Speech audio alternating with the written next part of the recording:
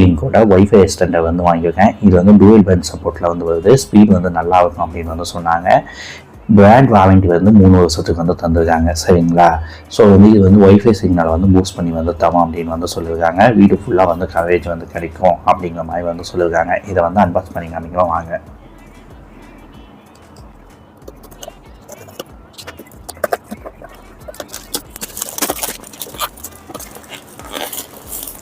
இது வந்து நான் வந்து அமேசானில் வந்து பர்ச்சேஸ் பண்ணேன். அமேசானோட பை லிங்கையும் ஃப்ளிப்கார்ட்டோட பை லிங்கையும் வந்து நான் வந்து டிஸ்கிரிப்ஷனில் தரேன். உங்களுக்கு வேணா போய்ட்டு செக் பண்ணி வந்து பார்த்துக்கோங்க. சரிங்களா?